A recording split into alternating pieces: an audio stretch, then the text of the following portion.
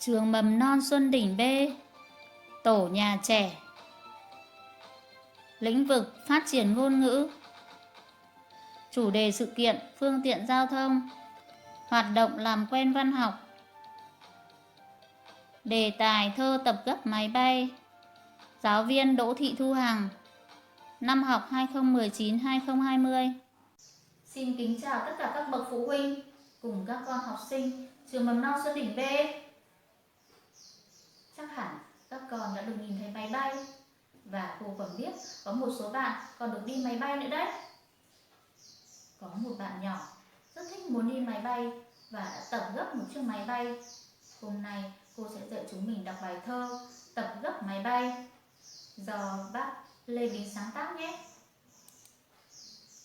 Tập gấp máy bay, tập gấp máy bay, dang hai cánh nhỏ, vẽ ngôi sao vàng trên nền cờ đỏ, phóng lên ngọn gió, lượn quanh sân nhà, vẫy chào ông bà, vẫy chào bố mẹ, dang đôi cánh bé, khoảng trời bao la.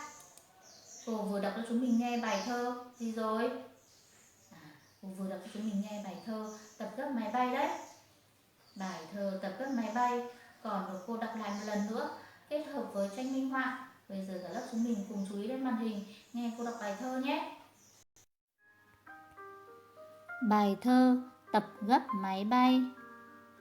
Tập gấp máy bay, dang hai cánh nhỏ, vẽ ngôi sao vàng trên nền cờ đỏ, phóng lên ngọn gió, lượn quanh sân nhà,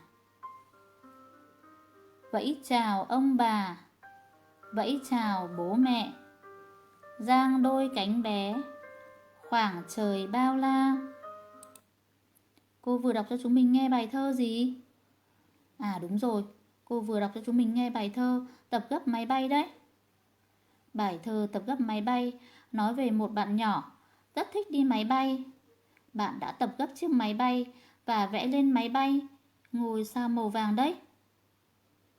Bây giờ cô mời tất cả chúng mình cùng đọc bài thơ với cô nhé.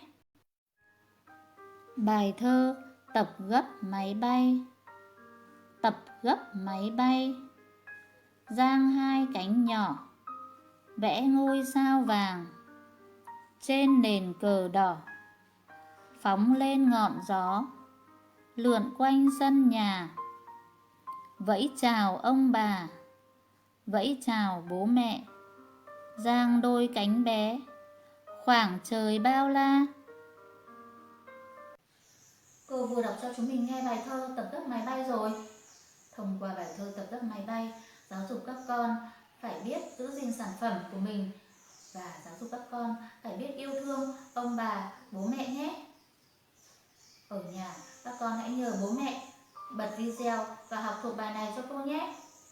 Giờ học của chúng mình đến đây là hết rồi. Cô xin chào và hẹn gặp lại các con ở các video lần sau.